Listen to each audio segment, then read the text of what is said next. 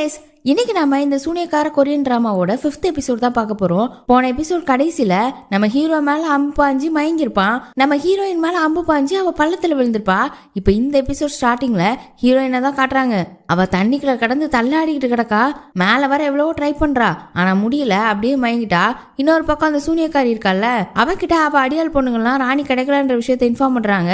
இது அப்படியே ஒரு கருப்பு கலர் பொடியை அந்த தீக்குள்ள போடும்ல, அதை போட்டுக்கிட்டு இளவரசியோட உடம்புல சாபம் இருக்கு, அதனால அவ்வளவு சீக்கிரம் சாகாதுன்னு நினைச்சிட்டே இருக்கும்போது இந்த சூனியக்காரியோட கை நரம்புகள்லாம் ஏதோ ஆகுது. அப்ப இந்த சூனியக்காரி யோசிச்சு பாக்குது, முன்னாடி அந்த சாபம் விட்ட பொண்ணு இந்த சூனியத்தாலே நீ அழிய போடுறன்னு சொல்லியிருக்கோம்ல, அதை அப்படி யோசிச்சு பாக்குது. அப்படியே அந்த பக்கம் இளவரசரை பார்த்தா அவரோட முடி கலர்லாம் மாறிடுச்சு, கண்ணும் முழிச்சிட்டாரு. இப்பதான் ராணிக்கு சந்தோஷமே வருது. இளவரசர் படுத்துக்கிட்டே எனக்கு பசிக்குதுமா அப்படின்னு சொல்றாரு. அப்படி இன்னொரு பக்கம் மந்திரவாதியோட பையன் யோனை காட்டுறாங்க. அவன் கழுத்துல ஏதோ ஒரு சிம்பிள் உருவாயிருக்கும்ல, அது அப்படி மறையுது. அவனும் கண்ணு முழிக்கிறான். இன்னொரு பக்கம் மந்திரவாதியோட ஆளுங்க 5 பேரை அடிச்சு கொண்டு போட்டிருந்தாங்கல்ல, அதுல அந்த மந்திரவாதியோட அசிஸ்டன்ட் உடம்புல யாரோ ஒருத்தர் ஒரு மந்திர சீட்டை வந்து ஒட்டி விடுறாங்க. யாரு என்னெல்லாம் காட்டல. இன்னொரு பக்கம் ஹீரோவோட அண்ணனை பார்த்தா ஹீரோவோட ஃப்ரெண்டை பிடிச்சி வச்சு அவனோட ஃப்ரெண்ட்ஸ் எல்லாம் சேர்ந்து அடிக்க விட்டு ஹீரோவும் ஹீரோவோட அம்மாவும் எங்க இருக்காங்கன்னு கேட்டுட்டு இருக்கான். இந்த ஃப்ரெண்டு சொல்லவே மாட்டேங்கிறான், எனக்கு தெரியாது தெரியாது என்னை விட்டுருங்க அப்படின்னு கெஞ்சிறான். ஆனா இந்த அண்ணக்காரன் விட்டுறதாவே இல்லை. ஏற்கனவே எனக்கு அவங்க மேல சந்தேகம் இருந்துச்சுடா, அந்த நாய்ங்க எங்கேயோ போயிருச்சுங்க, அடிமைகளெல்லாம் இப்போ ஓட விடலாமா, ஒழுங்கு மரியாதையா சொல்லிடு அப்படின்னு மிரட்டி பாக்குறான். ஆனா ஃப்ரெண்டுக்காரன் சொல்ல மாட்டான். அப்புறம் ஒரு பன்னர் வாழை எடுத்துட்டு அவனை விட்டுற மாதிரி போக அவனும் அழுது கெஞ்சிறான், பயப்படாத பயப்படாத, நான் அவனை கொன்றலாம் மாட்டேன், அவ்வளவு மோசமான ஆள்லாம் நான் ஒன்றும் கிடையாது, உன் காதை மட்டும் அறுத்துக்கிறேன் அப்படின்னு சொல்றான். அப்புறம் காதை அறுக்க போற நேரம் ஃப்ரெண்டுக்காரன் ரொம்ப பயந்துட்டான். ஹீரோ எங்க இருக்கான்னு சொல்லிட்டான் போல. இன்னொரு பக்கம் ஹீரோவை பார்த்தா அவன் அம்பு பாஞ்சு கிடந்தான்ல, மயக்கத்துலதான் கிடந்திருப்பான் போல, கண்ணை முழிக்கிறான். அந்த அம்பு அவன் வச்சிருந்த அந்த உடஞ்ச மந்திரக்கல்ல விழுந்திருக்கு, அதனாலதான் இவன் பழச்சிருக்கான். அப்படியே அந்த அம்பை பிச்சு எரியும் போது அந்த மந்திரக்கல்லும் கீழே விழுந்து அப்படியே காத்துல மறையுது. அப்புறம் ஹீரோவோட நெஞ்சில உள்ள காயத்தை பார்த்தா அப்படியே மறைஞ்சி அந்த இடத்துல ஏதோ ஒரு சிம்பிள் மாதிரி உருவாகுது. காயம் இருந்ததுக்கான அடையாளமே இல்லாம போயிருச்சு. இவனுக்கு ஒன்றும் புரியல. அப்புறம் தான் பக்கத்துல கிடக்கிற டிக்கெட்டை பாக்குறான். அம்மாவோட ஞாபகம் வருது. வேக வேகமா ஓடிட்டு இருக்கான். அந்த பக்கம் ஹீரோவோட அம்மாவை பார்த்தா போட்டு வர்றதுக்கு நேரம் ஆயிடுச்சு போல, எல்லாருமே கிளம்புங்க கிளம்புங்க, டிக்கெட் எடுத்துட்டு கிளம்புங்க அப்படின்னு அந்த ரூம்குள்ள இருந்த எல்லாரையுமே போட்டுக்கு பத்துறாங்க. ஹீரோவோட அம்மா மட்டும் அப்படி முடிச்சுட்டு நிக்கிறாங்க. ஏன்னா இன்னும் ஹீரோ வரலையே, டிக்கெட்டும் வரலையே, என்னடா செய்ய அப்படின்னு யோசிச்சுட்டு நிற்கும் போதே அம்மானு ஒரு சவுண்டு. பையன் தான் வந்துட்டானோன்னு சந்தோஷமா திரும்பி பார்த்தா அங்க ஹீரோவோட அண்ணன் நிக்கிறான். இவங்களுக்கு மூஞ்சே சம்மி போச்சு. இங்க என்ன பண்றீங்க, ஓனர்கிட்ட பெர்மிஷன் வாங்காம இப்பெல்லாம் வரலாமா, 2 பேரும் எங்க ஓட பிளான் பண்ணிருக்கீங்க, ஆமா ஆமா உங்க பையன் தான் ரொம்ப அறிவாளியாச்சே, இந்த மாதிரிலாம் ஓடதுக்கு முயற்சி பண்ண மாட்டான், ஓடனா சத்துருன்னு தெரியுமே அப்படின்னு சொல்லிட்டு இருக்க. இவங்கெல்லாம் கெஞ்ச ஆரம்பிச்சிட்டாங்க, என் பையனுக்கு இதெல்லாம் தெரியாது, அவனை விட்டுருங்க, அவன் எந்த தப்பும் பண்ணல அப்படி இப்படின்னு சொல்லிட்டு இருக்க. இவன் கடந்து கண்ட மணிக்கு பேசிட்டு அவங்கள அடிச்சுட்டு வேற இருக்கான். அப்போ தெரியாம பக்கத்துல இருந்த மெழுகுவத்திரியை தட்டி விட்டுட்டான். அது வைக்கோல்ல போட்டு அந்த இடத்த பிடிக்க ஆரம்பிச்சிருச்சு. இவ்வளவு நேரம் ரொம்ப ஓவரா வாய் பேசிக்கிட்டு ஓவரா அவங்கள அடிச்சிட்டு இருந்தான். தீய பார்த்தோன்னே பயந்துட்டான். அப்புறம் எப்படா அங்கிருந்து தப்பிக்கிறதுன்னு ஒவ்வொரு இடத்த எட்டி பாக்குறான். மேல தள்ளி ஒரு இடத்துல கம்பு கம்பா வச்சிருக்காங்க. அந்த இடத்துல ஒரு மரச்சாரை போட்டு உடைச்சி மேல ஏறலாம் ட்ரை பண்றான். ஆனா அது எட்டல. அப்புறம் ஹீரோவோட அம்மாவை குனிய வச்சு அவங்க மேல ஏறி போறான். இவனுக்கு ரொம்ப கொழுப்பு தான். அப்புறம் அவங்களையாவது தூக்கி விடுவான்னு பார்த்தா அவங்களும் அவன் காலை பிடிச்சிட்டு காப்பாத்துங்க சின்ன முதலாளிங்கிற மாதிரி கெஞ்சுறாங்க. ஆனா அவன் கேட்கவே இல்லை. அப்படியே அவங்கள தள்ளி விட்டுட்டு வெளியில குதிச்சிட்டான். கரெக்டா அப்ப அங்க ஹீரோவும் வந்துட்டான். வேக வேகமா அந்த மர வீட்டை உடைச்சிட்டு உள்ள ஏறி குதிச்சுட்டு எப்படியோ அவங்க அம்மாவை தூக்கிட்டு வெளியில வந்துட்டான். வெளியில வந்தப்புறம் அம்மா அம்மான்னு பார்த்தற அவங்க அப்படியே லைட்டா கண்ணு முழிக்கிறாங்க. அவங்க இன்னும் நல்ல வேலை சாகல போல. அம்மாவை மன்னிச்சிருப்பா, நீ எனக்கு பிறந்தனால தான் இப்படி கஷ்டப்படுற, நீ மட்டும் வேற ஒரு அம்மாவுக்கு பிறந்திருந்தா அப்படின்னு சொல்ல வர. அவன் உடனே அப்படிலாம் பேசாதீங்கம்மா, எனக்கு நீங்க மட்டும் தான் முக்கியம், நீங்க மட்டும்தான் தேவை அப்படின்னு சொல்லிட்டு இருக்கான். அவங்கள பார்த்தா அப்படியே கண்ணை மூடிட்டாங்க. அந்த இடத்துல இறந்துட்டாங்க. அந்த தீக்குள்ள புகெல்லாம் வாய்க்குள்ள போயிருக்கும்ல, அதனால இறந்துருப்பாங்க போல. அவங்க கையில ஹீரோவோட அண்ணன் தீல இருந்து தப்பிக்கிறதுக்காக குதிக்க போனால, அப்ப இவங்க கூட கையை காலன்னு பிடிச்சி கெஞ்சினாங்களே, அப்ப அவனோட மோதிரம் ஒன்று இவங்க கையோட வந்திருக்கும் போல. அந்த மோதிரம் அப்படியே அவங்க பக்கத்துல கிடக்குது. இந்த பக்கம் ஹீரோவோட அண்ணனை பார்த்தா இந்த பயவுல அலறி அடிச்சுட்டு வீட்டுக்கு ஓடி வருது.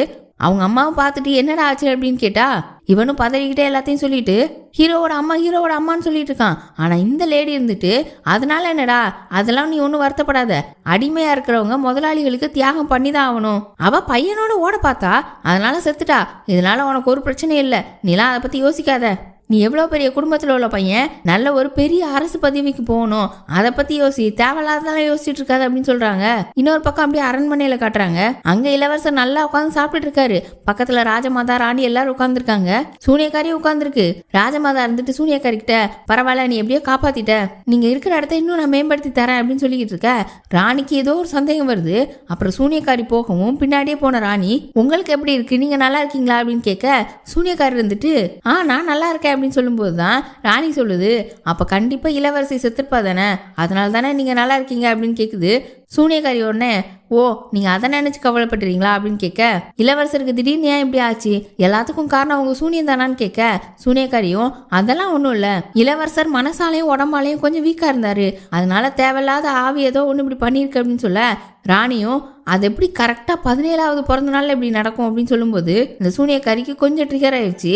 அது ஒன்று, சரி என்னோட சூனியத்தாலே இளவரசருக்கு இப்படி ஆயிருந்தாலும் நீங்கள் என்ன பண்ண போறீங்க, இளவரசர் ஒன்றும் உங்களோட குழந்தை மட்டும் கிடையாது, என் உயிரை பணைய வச்சு அவரை உருவாக்கியிருக்கேன் அப்படின்னு சொல்ல, ராணிக்கு இப்போ தான் பயம் வருது. என்ன பேசிட்டு இருக்க, நீ இளவரசரை என்ன பண்ண போற அப்படின்னு கேட்குறாங்க. ஒன்றும் இல்லை ராணி, ரிலாக்ஸாக இருங்க அப்படின்னு சொல்லிட்டு போகுது. அப்புறம் அப்படி நைட்டில் இந்த சூனியக்காரங்கெல்லாம் தங்கியிருப்பாங்கல்ல, அந்த இடத்துக்கு ஒரு முகமூடி போட்ட எவனோ ஒருத்தன் உள்ள வரான். அந்த சூனியக்காரி இடத்தையும் போய் பார்க்கறான். பார்த்தா அந்த சூனியக்காரி அங்கே இல்லை, ஒரு ஆள் கூட இல்லை போல. நேரா வந்து ராணி கிட்ட இன்ஃபார்ம் பண்றான். ராணி தான் பார்க்க சொல்லியிருப்பாங்க போல. சூனியக்காரியும் அங்கே இல்லை, மற்ற சூனியக்கார பொண்ணுங்களும் அங்கே இல்லை, எல்லாருமே காணாமல் போயிட்டாங்கன்னு சொல்ல, ராணிக்கெல்லாம் கொஞ்சம் பதட்டமா இருக்கு. அந்நேரம் ஒரு பணிப்பெண் வந்து இளவரசருக்குன்னு பதறுது. என்னடான்னு ஓடி போய் பார்த்தா அங்க இளவரசர் செத்து கிடக்குறாரு. ராணிலாம் பார்த்துட்டு ரொம்ப அழுகுறாங்க. அப்படியே ராஜமாதாவுக்கு இன்ஃபர்மேஷன் போயிடுச்சு போல. அவங்களும் அங்க வந்து, உனக்கு என்னப்பா ஆச்சு அப்படின்னு சொல்லிட்டு அந்த சூனியக்காரியை உடனே கூப்பிடுங்கன்னு சொல்ல, ராஜமாதாவோட பணியாளு சூனியக்காரியை காணல அப்படின்னு சொல்ல, இந்த ராஜமாதா அப்படி பதறிட்டு அலறாங்க. கண்ணை துறப்பான்னு அப்படியே மயங்கி கீழே விழுறாங்க. ராணி கண்ணெல்லாம் கோவத்துல சவக்குது. அப்படியே அரண்மனை கூரையில நின்று இளவரசர் இறந்துட்டாருன்னு தண்டோரா போடுறாரு. இந்த விஷயத்த காட்டுல தூரமா நின்று அந்த சூனியக்காரியும் பார்த்துட்டு இருக்கு. கையில ஒரு ஜாடி வச்சிருக்கு. இப்பதான் காட்டுறாங்க, இளவரசர் தூங்கிட்டு இருக்கும்போது இந்த சூனியக்காரி ஜாடியோட உள்ள வந்திருக்கு. வந்து இளவரசரோட ஆத்மாவை இதுதான் உடம்புல இருந்து உருவி அந்த ஜாடிக்குள்ள போட்டு வச்சிருக்கு. அப்ப இது மனசுக்குள்ளே, நாம ஒரு கத்தியை குத்துறோம்னா அது வலிக்கும், ஆனா அதை வெளியில உருவும் போது அதை விட பயங்கரமா வலிக்கும். நான் திரும்ப வர வரைக்கும் நல்லா இருங்கிறான்னு சொல்லிட்டு போது, திரும்ப வேற வரும் போல. அப்ப என்ன பண்ண போகுதுன்னு தெரியல. இன்னொரு பக்கம் ஹீரோவை பார்த்தா அவனோட அம்மாவை அடக்கம் பண்ணி அவங்களோட சமாதியில அவங்கள கும்பிட்டுட்டு இருக்கான். அப்படியே கண்ணெல்லாம் சோகம். அவனுக்குன்னு இருந்தது அவன் அம்மா மட்டும் தானே. ரொம்ப வருத்தத்துல இருக்கான். அப்பதே அவங்க கையில இருந்து இவனோட அண்ணன் மோதிரம் விழுந்துச்சுல, அதை எடுத்து வச்சிருமா போல. இப்ப அப்படியே சோகமா வீட்டுக்கு வரான். இன்னைக்கு இவன் அண்ணனுக்கு வேற பிறந்த நாளாம், அதனால வீட்டுல விருந்து வச்சுட்டு இருக்காங்க. அண்ணனோட அம்மா அந்த லேடி இருக்குல்ல, அது வேற லைட்டா பயப்படுது, நம்ம பையனை எதுவும் பண்ணிடுவானோன்னு. அந்த பயவுல கூடி கும்மாளம் கூத்துன்னு நின்றுட்டு இருக்கு. ஹீரோவை பார்த்ததும் கையில சரக்கோட வந்து, டேய் வாடா இந்த இதை குடி, இன்னைக்கு அண்ணனுக்கு பிறந்த நாள், நல்லா ஜாலியா என்ஜாய் பண்ணுவோம், வா பாட்டு பாடி டான்ஸ் ஆடலாம் அப்பெல்லாம் சொல்லிட்டு இருக்க. ஹீரோ அப்படி சோகமா நின்றுட்டு இருக்கான். ஆமாம்ல, உங்கள் அம்மா இறந்துட்டாங்கல்ல, அச்சச்சோ எனக்கு பிறந்த நாளே, அதனால 3 நாளைக்கு என்னால் உன்னோட சோகத்தை பகிர்ந்துருக்க முடியாது. என்ன இருந்தாலும் உங்கள் அம்மா உனக்கு தானே பெருசு, எனக்கு இங்கே இருக்கிற அடிமைகளில் ஒன்று தானே அப்படின்னு சொல்ல ஹீரோக்கு கோவம் வருது. ஆனால் எதுவுமே பேசாமல் அமைதியாக நிற்கிறான். இந்த பயவில் சும்மா இருக்காம, என்ன கோவம் வருது, அடிக்க போறியா, உன் அம்மா இத்தனை நாளாக உனக்காக என்கிட்ட கெஞ்சிட்டு கிடந்தா, ஆனால் இப்போ செத்துட்டா, உன்னால் இதை தாங்கிக்க முடியலல்ல அப்படின்னு சொல்ல ஹீரோக்கு கோவமாக தான் வருது. ஆனால் எதுவுமே பண்ண மாட்டான். அப்புறம் அந்த பயவில் அப்படி திரும்பி போக ஹீரோ அந்த பையன் கையில இருந்த ட்ரிங்க்ஸை வாங்கி டபக்குன்னு குடிச்சிட்டு, பிறந்தநாள் வாழ்த்துக்கள், சந்தோஷமா இருங்க முதலாளி அப்படின்னு சொல்லிட்டு, இந்தாங்க உங்க மோதிரம் அப்படின்னு கொடுக்குறான். நான் தொலைச்சிட்டேன்டா, எப்படியோ கண்டுபிடிச்சிட்டே பரவாயில்லையே அப்படின்னு சொல்லிட்டு அண்ணங்காரன் பாட்டு போயிட்டான். இப்ப அப்படியே இங்க கட் பண்ணி 5 வருஷம் கழிச்சு காட்டுறாங்க. ஒரு குகையில ஒரு பொண்ணு நடந்து போயிட்டு இருக்கா. பின்னாடி ஒரு வாய்ஸ் ஓவர், மனுஷங்க யாருமே போக முடியாத ஒரு அடர்ந்த காட்டுக்குள்ள ஒரு பொண்ணு மறைஞ்சு வாழ்ந்துட்டு இருக்கா அப்படின்னு சொல்லிட்டு இருக்காங்க. இவளுக்கு சில பல பவர்ஸ்லாம் இருக்கும் போல. அவ கையை காட்டினா புக்கு வருது, கையை அசைச்சா மெழுகுவர்த்தியில அணையுது. என்ன இருந்தாலும் இவ ஒரு சூனியக்காரியோட பொண்ணு தானே. இவளுக்கும் ஆரம்பத்துல ஒரு சூனியக்கார பொண்ணு வந்துச்சுல, அவளோட பவர்லாம் இருக்க தானே செய்யும். இந்த மந்திரவாதிகள்லாம் ஒரு கோயில் சொன்னாங்கல்ல, அங்கதான் இவ இருக்கா. நிறைய மெழுகுவர்த்தி எல்லாம் ஏத்தி இருக்கு. இந்த வாய்ஸ் ஓவர் யாரா குடுக்குறான்னு பார்த்தா, இந்த சூதாட்டம் எல்லாம் ஆடுவாங்கல்ல, அங்க உட்காந்து ஒரு ஆளு இந்த கதையெல்லாம் சொல்லிட்டு இருக்காரு. முழு நிலவு வர அன்னைக்கு அவ மான்ஸ்டரா மாறி மனுஷங்களோட இதயத்தெல்லாம் புடுங்கிருவா அப்படின்னு சொல்லிட்டு இருக்காரு. அப்போ ஹீரோவோட வாய்ஸ், ஹீரோவும் இங்கதான் இருக்கான் போல. இந்த இதயத்தை புடுங்கி திங்கிற கதெல்லாம் இன்னும் முடியல போல அப்படின்னு சொல்லிட்டு இருக்கான். 5 வருஷத்துக்கு முன்னாடி நடந்துச்சுல, அதே மாதிரி இப்பவும் நடக்கும் போல. அந்த பொண்ணு அழகா இருப்பா, அவ மனுஷங்களோட இதயத்தெல்லாம் எடுத்துருவா அப்படின்னு சொல்லிட்டு இருக்கும்போதே ரெட் டிராப்ஸ் அப்படின்ற ஒரு பேரு சொல்றாங்க. இந்த கொலைகள்லாம் நடக்குல்ல, அந்த கொலை நடக்கிறது ஒரு பொண்ணு அப்படின்னு பேசிட்டு இருக்காங்க. ஆனா இன்னொரு ஆளு அது ஏன் பொண்ணு, ஒரு பையனா கூட இருக்கலாம்ல அப்படின்னு சொல்றாரு. இந்த கொலைலாம் பண்றது ஒரு பொண்ணுன்னு ஒரு ஆள் சொல்றாரு, ஒரு ஆள் பையன் சொல்றாரு. என்னன்னா அந்த காலத்துல ஆம்பளை பையங்க போடுற மாதிரி ட்ரெஸ் தான் அந்த கொலையாளி போட்டுட்டு இருக்கான். ஆனா இவங்களுக்கு ஆம்பளையா பொம்பளையாலாம் கரெக்டா தெரியல. இப்ப அப்படியே அந்த சீட்டாட்டத்தையும் கண்டினியூ பண்றாங்க. அந்த இடத்துல ஒரு புது கேரக்டர் நமக்கு காட்டுறாங்க.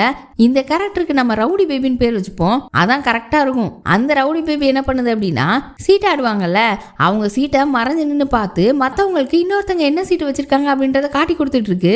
இப்ப அப்படியே சீட்டாட்டமும் மும்மரமா போயிட்டு இருக்கு. பார்த்தா ஹீரோ நிறைய ஜெயிச்சிடறான். அப்ப ஹீரோ அந்த டேபிள்ல ஒரு பேப்பரை வைக்கிறான். ஏத்தாப்புல ஒரு ஆள் வாய்ஸ் ஓவர் கொடுத்துட்டு சீட் விளையாண்டுட்டு இருந்தார்ல, அந்த ஆளோட வரைபடம் தான் இந்த ஏமாத்தி சீட்டாட்டம் விளையாடுறது, அதிக பெட்டு கட்டி விளையாடுறது, இவங்களெல்லாம் தான் நான் பிடிக்க வந்தேன்னு சொல்லிக்கிட்டு இருக்கான். அப்புறம் அப்படியே அங்க ஒரு ஃபைட் நடக்குது. இந்த ரவுடி பேபி வேற ஒரு பெட்டியை வச்சு ஹீரோ அடிக்கிறா. இவன் எல்லாம் பாக்குறான், பொம்பளை பிள்ளைன்ட்டு விட்டுட்டான். அப்புறம் அப்படி மத்தவங்க கூட எல்லாம் சண்டை போட்டு நிறைய ஆளுங்களை பிடிச்சிட்டான். அப்படி பயங்கரமா சண்டை எல்லாம் நடந்துட்டு இருக்கு. மந்திரவாதியோட அசிஸ்டன்ட் ஜன்னல் வெளியே குதிச்சு ஓடிட்டான். அந்நேரம் அங்க போலீஸ் எல்லாம் வருது. போலீஸ்ல ஹீரோவோட அண்ணன் பெரிய பதவியில இருக்கான் போல. அப்படியே அந்த சூதாட்டம் பண்ணவங்க எல்லாம் புடிச்சிட்டு போறாங்க. ஆனா ஹீரோ எங்க போனான்னு தெரியல. அப்புறம் ஹீரோ அண்ணனோட சீஃப் வந்து ஹீரோ அண்ணனை பாராட்டிட்டு, நீ இந்த மாதிரி நிறைய விஷயம் பண்ணிட்டு இருக்க, உனக்கு சீக்கிரமாவே பதவி உயர்வு கிடைக்கும் அப்படின்னு சொல்லிட்டு பாராட்டிட்டு போறாரு. அப்புறம் அப்படி ஹீரோ வீட்டுக்கு வந்துட்டான். என்ன நடந்திருக்குன்னா, ஹீரோ இந்த மாதிரி நிறைய தடவை ஹீரோவோட அண்ணனுக்கு ஆளுங்களை புடிச்சு கொடுப்பான் போல. ஆனா அதுக்கு ஹீரோவோட அண்ணன் பேர் வாங்கிக்கிறான். ஹீரோக்கு அவன் காசு கொடுக்குறான். இவ்வளவு நாளா நீங்க எனக்கு சோறு போட்டு பாத்துக்கிறீங்களா, அதுக்காக தான் நான் எல்லாம் பண்ணிட்டு இருக்கேன் அப்படின்னு சொல்லிட்டு இருக்கான். அப்புறம் அப்படியே அங்க இருந்து ஹீரோ இந்த கீ சாங்ஸ் எல்லாம் இருப்பாங்கல்ல, அந்த இடத்துக்கு போய் கிடக்குறான். 5-6 பொண்ணுங்க இருக்குதுங்க, அதுல ஒரு பொண்ணோட மடியில கிடக்குறான். இன்னும் அந்த மருந்தெல்லாம் வித்துட்டு இருக்கான் போல. அப்படி இன்னொரு பக்கம் மந்திரவாதியோட அசிஸ்டண்ட காட்டுறாங்க. அவன் கையில ஒரு விளக்கு எடுத்துட்டு ஹீரோயின் ஒரு கோயில்ல இருக்கால அங்க போறான். உள்ள போய் அவ பேரை சொல்லி கூப்பிட அவ டக்குன்னு கண்ணை காட்டுறா. ஒரு பன்னர்வா அவன் கழுத்துக்கிட்டே போய் நிக்குது. என்ன எங்க போயிருந்த, ஏன் இவ்வளவு லேட்டுன்னு கேட்டு மிரட்டிட்டு இருக்கா. அவனும் இந்த விளக்கு எடுக்க தான் போனேன்னு சொல்ல, இந்த விளக்கு எடுத்துட்டு வரதுக்கு இவ்வளவு நேரமான்னு கேட்டுட்டு அப்படியே அந்த விளக்க கையில வாங்கிட்டு அங்கிட்டு போக அவன் கழுத்துல இருந்து 6 கீழே விழுது. சரின்னு சொல்லிட்டு 2 ஸ்டெப் எடுத்து வைக்கிறான். அவன் சீட்டு விளையாட போயிருந்தான்ல, அதுல 2 கட்டை கீழே வந்து விழுது. டபக்குன்னு திரும்பி கோவத்துல பாக்குறா, திரும்பவும் 6 கழுத்துக்கு போயிருச்சு. அப்பதான் சொல்றான், ஊருக்குள்ள நிறைய பேர் சூனியக்காரி இருக்கா அப்படி இப்படின்னு பேசிட்டு இருக்காங்க, உன்னை பத்தி பேச்சு வருது இல்ல, அதான் என்ன பேசுறாங்கன்னு கேட்க போனேன் அப்படின்னு சொல்லிட்டு இருக்கான். இவள அந்த விளக்கு எடுத்துட்டு போய் ஒரு குச்சை வச்சு அந்த விளக்குல இருந்து தீய பிடிச்சி அங்க இருந்து ஒரு மெழுகுவர்த்தியை ஏத்துறா. மனசார ஒருத்தவங்களோட விளக்கை ஏத்தினா மட்டும் தான் இந்த மெழுகுவர்த்தி ஏறுமா. 5 வருஷத்துல 100 மெழுகுவர்த்தி ஏத்திட்டாலாம். ஆனா இன்னும் 8 தான் இருக்கான். ஆனா 6 மாசமா எந்த விளக்குமே ஏத்த முடியல போல. 108 விளக்கு ஏத்தினாதான் இந்த சாபத்தை முறியடிக்க முடியும். அப்புறம் அப்படி இன்னொரு பக்கம் ரெட் ராப்ஸ்ன்னு சொல்றாங்கல்ல, அந்த கொலகாரனை கட்டுறாங்க. கொலகாரனோ கொலகாரியோ அது அப்படி நேரா இந்த சூனியக்காரியோட இடத்துக்கு தான் வருது. அப்ப கண்டிப்பா இது கொலகாரியா தான் இருக்கும். அப்ப ரெட் ராப்ஸ்ன்றது ஒரு பொண்ணா தான் இருக்கும். அது ஒரு பெட்டியை இன்னொரு பொண்ணு கிட்ட கொடுக்க, அந்த பொண்ணு அந்த பெட்டியை எடுத்துட்டு போய் சூனியக்காரி கிட்ட கொடுக்குது. அந்த பெட்டியை திறந்து பார்த்தா உள்ள ஒரு இதயம் இருக்கு. அப்ப கண்டிப்பா இந்த சூனியக்காரிக்காக தான் இத்தனை வருஷமா நடந்துட்டு இருக்க அந்த கொலைகள் நடக்குது. எடுத்துட்டு வந்த இதயத்தை அந்த சூனியக்காரி அது ஒரு சட்டியில நெருப்பி ஏத்திட்டு இருக்கும்ல, அதுக்குள்ள போட்டு எரிக்குது. அதே நேரம் ஹீரோயின் எத்தனை விளக்கும் அணைஞ்சு போகுது. ஹீரோயினுக்கு ரொம்ப வருத்தமா இருக்கு. 6 மாசமா இவளால எந்த விளக்குமே ஏத்த முடியலையா. அப்படி இப்பதான் நமக்கு ஹீரோயின் எப்படி தப்பிச்சான்ற பிளாஷ்பேக்கையும் காட்டுறாங்க. இந்த மந்திரவாதியோட அசிஸ்டன்ட் இருக்கான்ல, அவன் தான் அவன் விழுந்த பள்ளத்துக்கு போய் அவன் மேல இருந்த அம்பெல்லாம் எடுத்து விட்டுருக்கான். அப்போ கூட ஹீரோயின் அவளை பத்தி வருத்தப்படாம, அந்த சூனியக்காரி சொன்னதெல்லாம் உண்மையா, நான் யாரெல்லாம் விரும்புறனோ என்ன யாரெல்லாம் விரும்புறாங்களோ அவங்க எல்லாம் இறந்துருவாங்களான்னு கேக்குறா. அசிஸ்டன்ட்டும் நாம இந்த சாபத்தை உடைச்சிட்டோம்னா இதெல்லாம் எதுவுமே நடக்காது அப்படின்னு சொல்றான். அதுக்கப்புறம் தான் இந்த சாபத்தை போக்குறதுக்கு நிறைய பண்ண ஆரம்பிச்சிருக்காங்க. அதோட ஹீரோயினோட பேரையும் மாத்திக்கிட்டாங்க. அவ பேர் யோன்ஹி, இப்ப அவ சியோரி அப்படின்ற பேர்ல இருக்கா. இன்னும் எனக்கு விருப்பச்சீட்டை எடுத்துட்டு வா, ரொம்ப ஆத்மார்த்தமான விருப்பமா இருக்கணும் அப்படின்னு சொல்றா. நமக்கு என்னன்னு தெளிவா சொல்லல. அப்படியே அங்க கட் பண்ணி ஊருக்குள்ள கட்டுறாங்க. அங்க ஒரு மரத்துல ஒரு ஆளை தலைகீழ தொங்க போட்டிருக்காங்க. அந்த ஆளோட இதயம் இல்ல. அதான் ரெட் ராப்ஸ்னு ஒரு கொலகாரன் அலைஞ்சிட்டு இருந்தானே, அவனுக்கு நம்ம முகமூடி கில்லர்னு வச்சுக்கலாம். ஏன்னா எப்பவுமே அந்த முகமூடியை போட்டுட்டே தான் இருக்கும். மூஞ்சில கண்ணும் வாயும் மட்டும்தான் தெரியும், வேற எதுவுமே தெரியாது. அந்த கூட்டத்துக்குள்ள ஹீரோவும் வந்து பாக்குறான். இதயத்தை மட்டும் தோண்டி எடுத்து கொண்டு தலைகீழ தொங்க விட்டுருக்காங்க. அந்த ரவுடி பேபி இருக்குல்ல, அதுவும் அங்கதான் நிக்குது. ஹீரோவை பார்த்தோன்னே டக்குன்னு பயப்படுறா. ஆனா ஹீரோவுக்கு பிடிபடல. அப்புறம் அங்க மந்திரவாதியோட பையன் யோன் வரான். இவனும் ஒரு காவலரா இருக்கான். அவன் கூட ஒரு பொண்ணு இருக்கா, அவளும் ஒரு காவலாளி தான் போல. மந்திரவாதியோட அசிஸ்டன்ட்டும் வந்து பாக்குறான். எல்லாருமே கொண்டு தொங்க விட்டவனை பாக்குறாங்க. அப்புறம் அப்படியே நைட் ஆயிடுச்சு. அங்க ஒரு மரத்தடியில நிறைய சீட்டா தொங்குது. நம்ம கூட ஆசைகளை வந்து பேப்பர்ல எழுதி சுத்தி போடுவோம்ல, அப்படி அவங்களோட ஆசைகள் எல்லாம் எழுதி அந்த மரத்துல தொங்க விட்டுருக்காங்க. மந்திரவாதியோட அசிஸ்டன்ட் எடுக்கிறான். இததான் விருப்பச்சீட்டுன்னு சொல்லியிருப்பா போல ஹீரோயின். அவன் எடுத்துட்டு அங்க இருந்து போக அவனை ஃபாலோ பண்ணி அந்த முகமுடி கில்லர் வந்துட்டு இருக்கான். அசிஸ்டன்ட்டுக்கு யாரோ ஃபாலோ பண்றாங்க அப்படின்றது புரியுது. அப்படியே அந்த முகமுடி கில்லர் ஃபாலோ பண்ணிக்கிட்டே இருக்க திடீர்னு ஒரு கட்டத்துல முன்னாடி இருக்கிற மரத்துல ஒரு அம்பு வந்து பாயுது. என்னடான்னு பார்த்தா இந்த யோன் இருக்கான்ல, அவன் தான் மேல அம்பு விட்டுட்டு இருக்கான். அவன் இந்த முகமூடி கில்லரை பிடிக்கிறதுக்கு தான் வந்திருக்கான். இப்ப அப்படி 2 பேருக்கும் சண்டை நடக்குது. அந்த கேப்ல அசிஸ்டன்ட் அங்க வந்து எஸ்கேப் ஆயிட்டான். முகமூடி கில்லர் யோன் 2 பேருமே நல்லா சண்டை போடுறவங்களா இருக்காங்க. ஆனா யோன் முகமூடி கில்லர் கையில வாளை வச்சு ஒரு சீவி விட்டுறான். அதுக்கப்புறம் அது ஒரு மண்ணு மாதிரி வச்சிருக்கு. அதை இவன் கண்ணிலே தூவி விட்டுட்டு ஓடிடுச்சு. இவனும் அதுக்கப்புறம் தேடி பாக்குறான், கிடைக்கல. அப்புறம் இவன் கூட ஒரு பொண்ணு இருந்தால அசிஸ்டன்ட் மாதிரி, அவ வேக வேகமா வந்து என்னாச்சு அப்படின்னு கேக்குறா. நான் திரும்பவும் அவனை கோட்டை விட்டுட்டேன் அப்படின்னு சொல்ல, அங்க அரசவையில அந்த கொலகாரனை பிடிக்க முடியலன்னு அரசர் செம்ம கோவத்துல இருக்காரு. யோன் மண்டிட்டு நிக்கிறான். நம்ம நாட்டையே அந்த கொலகாரனை அசிங்கப்படுத்திட்டு இருக்கான், எப்படியாவது அந்த கொலகாரனை பிடிச்சே ஆகணும் அப்படின்னு சொல்லி கத்திட்டு இருக்காரு. இந்த ராஜா முன்னாடி காட்டின ராஜா இல்ல, இந்த ராஜா புதுசா இருக்காரு. யோன் ஒரு பெரிய பதவியில தான் இருக்கான் போல. ராஜா கிட்ட டைரக்டா வந்து சொல்லியிருக்கான்ல. இப்ப அப்படி ராஜா தனியா அவரோட ரூம்ல உட்காந்து சரக்கு அடிச்சிட்டு இருக்காரு. அப்ப அங்க யோன் வரான். இப்ப ராஜா யோனை பாக்குற பார்வை வித்தியாசமா இருக்கு. ரொம்ப பாசமா பாக்குறாரு. என்னாச்சு அப்படி பேசிட்டேனேன்னு வருத்தமா அப்படின்னு கேட்க, அதெல்லாம் ஒண்ணும் இல்ல ராஜா அப்படின்னு சொல்றான். இந்த ராஜாவுக்கு யோனை ரொம்ப பிடிக்கும் போல. இவனை மட்டும்தான் இந்த நாட்டிலே நம்புறதாவும் நீ பாதுகாப்பா இருக்கணும்னு சொல்ல, அவனும் கண்டிப்பான்னு சொல்லிட்டு அவனை நான் விட்டுட்டேன், பிடிக்காம விட்டுட்டேன்னு வருத்தப்பட, அதெல்லாம் ஒரு பிரச்சனையும் இல்ல, அவனை யாராலையும் நெருங்க முடியாம இருந்துச்சு, நீ அவன் கையில கீரல் போட்டிருக்க, அவன் எப்படி இருந்தாலும் கேட்க, இவனும் 6 அடிக்கு குறையா இருந்தான், ஆனா நல்ல கத்தி சண்டை வீரனா இருக்கான் அப்படின்னு சொல்லிட்டு இருக்கான். நான் அவனை எப்படியாவது பிடிப்பேன்னு சொல்லிட்டு கிளம்ப, ராஜா இவனோட அப்பாவை பத்தியும் கேட்டுட்டு அவரோட இடத்துக்கு நீ வரியா அப்படின்னு கேக்குறாரு. அதாவது டோயிஸ் டெம்பிள் ஹெட்டா தானே இருந்தாரு, அந்த இடத்துக்கு இவனை வைக்கலான்னு பாக்குறாரு. ஆனா இவன் அவர் எப்படி உயிரோட தான் இருப்பாரு, அவரோட இடத்துக்கு நான் எப்படி வர முடியும் அப்படின்னு சொல்லிட்டு போயிட்டான். அவன் போனதுக்கு அப்புறம் பார்த்தா ராஜா ஒரு மாதிரி நெஞ்ச புடிச்சிட்டு ஏதோ வழியில இருக்கிற மாதிரி இருக்கு. அவர் கையில வேற ரத்தமா வடியுது. இப்ப யோன் பேசிட்டு வெளியில வந்தானா, இவன் கூட ஒரு பொண்ணு இருந்தாலே, அவகிட்ட யோன் அவனோட அப்பா அப்புறம் ஹீரோயின் அந்த சூனியக்காரி எல்லாரையும் தேட சொல்லியிருப்பான் போல. எங்க தேடியுமே யாரையுமே கண்டுபிடிக்கலன்ற மாதிரி சொல்றா. அவங்க எப்படி உயிரோட தான் இருப்பாங்கன்னு யோன் தீவிரமா நம்புறான். அப்புறம் அவ கையில ஒரு கர்ச்சீஃப் மாதிரி கொடுத்துட்டு போறான். என்னன்னு விரிச்சு பார்த்தா உள்ள 2 ஸ்நாக்ஸ் இருக்கு. இவ யோனை பாக்குற பார்வையிலேயே இவளுக்கு யோனை பிடிச்சிருக்குன்றது தெரியுது. அப்புறம் அப்படி நைட்ல ராஜாவை பார்த்தா அவர் உடம்புல முள்ளு முள்ளா ஒரு மாதிரி குத்திட்டு நிக்குது. ரத்தமா இருக்கு அவர் உடம்பெல்லாம்.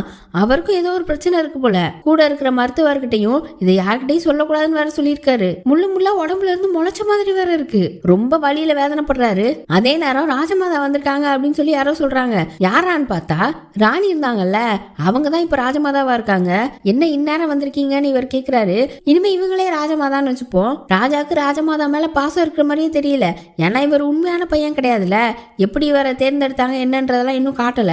ஆனா வேற ராஜா இருக்காரு. இப்ப ராஜமாதா தான் அரண்மனையிலே பெரிய ஆளாம். அப்ப கண்டிப்பா பழைய ராஜமாதா ராணி எல்லாருமே இருக்க மாட்டாங்க. இப்போ மேபி இறந்துருக்கலாம். இப்ப இருக்கிற ராஜமாதாவும் உங்களுக்கு ஒண்ணும் இல்ல, நீங்க நல்லா தானே இருக்கீங்க, உங்க உடம்பு நல்லா இருந்தாதான் நம்ம நாடு நல்லா இருக்குன்ற மாதிரி அக்கறையா தான் பேசுறாங்க. ஆனா இந்த ராஜா நான் ஒன்னும் உங்க பையன் மாதிரி கிடையாது, நான் நல்லா தான் இருக்கேன்னு ஒரு மாதிரி வித்தியாசமா பேசுறாரு. அப்புறம் ராஜமாதாவும் சரி நான் கிளம்புறேன் அப்படின்னு சொல்லிட்டு போகும்போது அங்க கீழே தரையில இருக்கிற ரத்தத்தையும் பாக்குறாங்க. இவங்களுக்கு ஏதோ ஒண்ணு தப்பா நடக்குதுன்னு புரியுது. ஆனா இவங்களால கேட்க முடியல. ராஜா கிட்ட பேசிட்டு வெளியில வர ராஜமாதா பின்னாடி பணியாட்கள் நிறைய பேர் வருவாங்கல்ல, அதுல ரொம்ப மூத்தவர் அப்பப்போ மருத்துவர் ராஜாவை வந்து பாத்துட்டு போறாருன்ற விஷயத்த சொல்றாரு. அது மட்டும் இல்லாம பணிப்பெண் ஒருத்தி ராஜாவோட படுக்கையில இருக்கிற தங்கத்தை திருட பாத்திருக்கா. அவங்க படுக்கைலாம் தங்கத்தாலே செஞ்சிருக்காங்க போல. அப்ப நிறைய துணிகள் ரத்த கரையா இருக்கிறதையும் பாத்திருக்கா. இதெல்லாம் சொல்ல ராஜமாதாக்கு ஒருவேளை இன்னும் அந்த சாபம் ராஜ குடும்பத்தை விட்டு போகலையோன்னு நினைக்கிறாங்க. அந்த பணியாளர்கிட்டையும் சூனியக்காரியை பத்தி விசாரிக்க சொல்லியிருப்பாங்க போல. அவர் இருந்துட்டு எவ்வளவோ தேடி பார்த்தாலும் கிடைக்கலன்னு சொல்லிட்டாரு. அப்புறம் அப்படி நம்ம ஹீரோவை காட்டுறாங்க. அவன் அவனோட அம்மா சமாதியில போய் தூசிலாம் தட்டி விட்டுட்டு அவங்க இறந்ததெல்லாம் நினைச்சு பார்த்துட்டு அவன் அண்ணன் கையில மோதிரம் இருந்துச்சுல அதெல்லாம் நினைச்சு பாக்குறான். அந்த டைம்ல நைட்ல அவன் அண்ணன் தூங்கினதுக்கு அப்புறம் அவனை கொல்லலான்னு கத்தியெல்லாம் எடுத்துட்டு போயிருக்கான். கிட்டத்தட்ட கொண்டு இருக்கான். ஆனாலும் கொல்லாம விட்டுருக்கான். என்னன்னா இவனை உடனே சாகடிக்க கூடாது, பழி வாங்கணும்னு நினைச்சிருக்கான். இப்ப அவங்க அம்மாவோட சமாதி கிட்டத்தட்ட எல்லாமே முடிஞ்சதுமா, இன்னும் கொஞ்சம் தான், அவங்க குடும்பத்தையே சரிச்சு நான் உங்களோட சாவுக்கு பழி வாங்குவேன் அப்படின்னு சொல்றான். அப்படி இன்னொரு பக்கம் ஹீரோயினை பார்த்தா அந்த சூனியக்காரி இதுக்கு முன்னாடி சொல்லியிருப்பாள்ல, ஒன்னால்தான் எல்லாரும் சாகுறாங்க, நீ விரும்பினவங்களும் சாவாங்கன்னு சொல்லி. அப்புறம் யோன் இவளை பார்த்து பயந்தது, ஹீரோ மேல அம்பு குத்துனது, இதெல்லாம் அவளுக்கு கனவா திரும்பவும் வந்திருக்கும் போல. அப்படியே பதறி போய் எந்திக்கிறா. எப்படியாவது மீதி இருக்கிற 8 மெழுகுவர்த்தியும் ஏத்தி நம்மளை சுத்தி இருக்கிறவங்கள நமக்கு பிடிச்சவங்கள காப்பாத்தணும் அப்படின்னு நினைக்கிறா. அப்புறம் அப்படி இன்னொரு பக்கம் அந்த சூனியக்காரியை காட்டுறாங்க. அவ என்னடா பண்ணி வச்சிருக்கான்னு பார்த்தா இந்த மந்திரவாதி இருக்கார்ல அவரை வேற கொன்னாலே, ஆனா அவரோட உடலை இன்னும் அவ பாதுகாப்பா வச்சிருக்கா. அப்படியே அதை காட்டி இந்த எபிசோடு முடிக்கிறாங்க. அடுத்தடுத்த எபிசோடு இன்னும் பயங்கரமா இருக்கும். அதை பாக்குறதுக்கு நம்ம சேனலை சப்ஸ்கிரைப் பண்ணி வச்சுக்கோங்க. மறக்காம பெல் ஐக்கனையும் பிரஸ் பண்ணி வச்சுக்கோங்க. வீடியோ பிடிச்சிருந்தா லைக் பண்ணுங்க, ஷேர் பண்ணுங்க. Bye by.